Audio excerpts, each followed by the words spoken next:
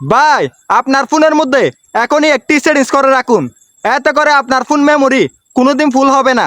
আপনি আপনার ফোনের মধ্যে যত ইচ্ছা যত খুশি গেমস বা অ্যাপস ডাউনলোড করুন। কি সেই সেটিংস, চলুন আমি আপনাদের শিখিয়ে দিচ্ছি।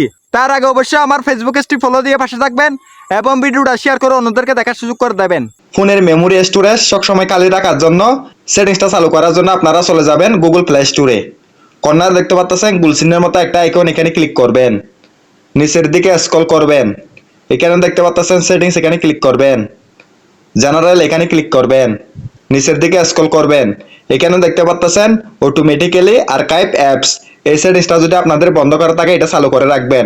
এই সেটিংসটা চালু করার ফলে আপনি যদি আপনার ফোনের মধ্যে কোনো ধরনের অ্যাপস বা গেমস ডাউনলোড করেন, সেগুলো যদি আপনি আপনার ফোনে ব্যবহার না করেন, সেগুলো কিন্তু আপনার ফোন থেকে অটোমেটিক ডিলিট হয়ে যাবে, যার কারণে কিন্তু আপনার ফোনের মেমোরি স্টোরেজ সবসময় খালি থাকবে।